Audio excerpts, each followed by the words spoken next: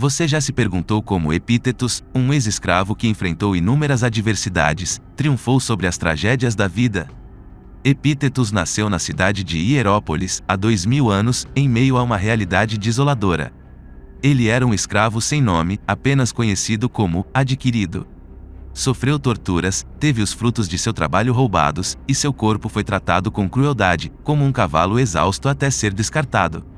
Além disso, foi injustamente exilado. Contudo, ele triunfou. Um gigante na adversidade.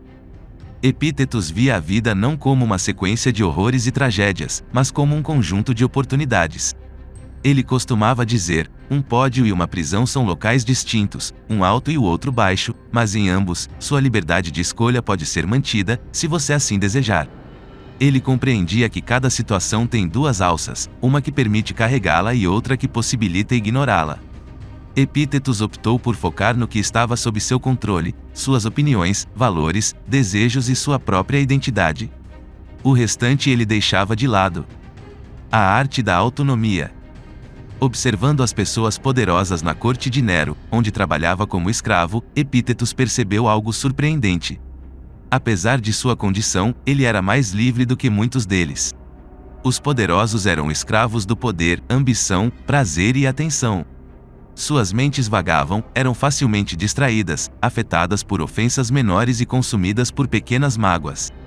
Eles tinham vidas infelizes. Epítetos foi instruído pelo renomado mestre estoico Musonius Rufus e, no final das contas, conquistou sua liberdade.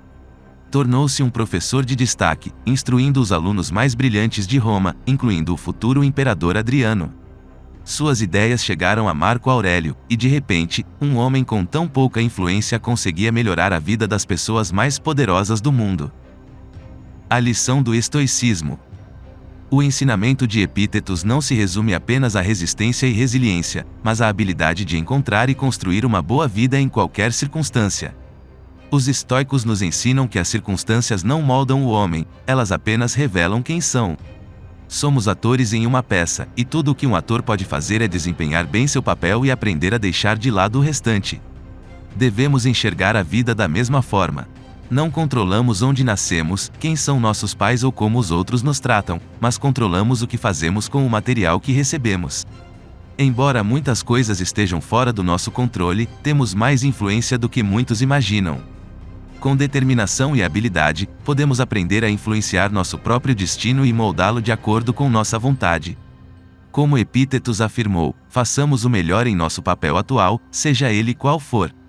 Espero que você tenha gostado deste vídeo e que se inscreva no canal. Junte-se à elite do estoicismo. Espero vê-lo novamente, buscando inspiração para enfrentar os desafios da vida com força e sabedoria estoica.